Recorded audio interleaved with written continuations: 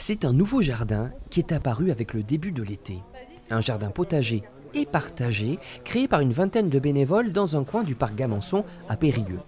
Il est né d'un groupe d'habitants de Périgueux qui sont déjà hyper motivés, mais qui ont surtout envie d'aller mettre les mains dans la terre, qui habitent en ville et qui ont envie de faire pousser des légumes.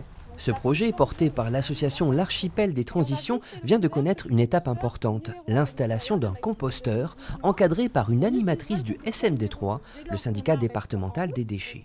Dès lors que l'on met des déchets dans son composteur, il faudrait normalement systématiquement recouvrir de cette matière carbonée. Avec la facturation prochaine d'une redevance incitative calculée d'après le volume de nos poubelles, avoir un composteur à disposition permettra de réduire sa facture. Dans ces déchets ménagers, il y a aujourd'hui plus de 30% de déchets qui sont des biodéchets et qui sont compostables. Les périgourdins commencent à comprendre que le geste n'est pas si compliqué pour pouvoir finalement réduire ce volume d'ordures ménagères.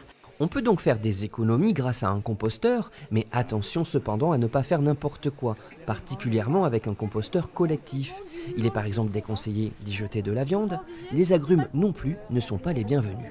Dès lors qu'on est sur du collectif, la problématique c'est qu'une petite bêtise que l'on fait soi-même au fond de son jardin peut vite ici prendre des proportions plus importantes. Un bout de fromage et 1 kilo de fromage, c'est pas la même chose. 80 composteurs collectifs sont actuellement en service sur le Grand Périgueux.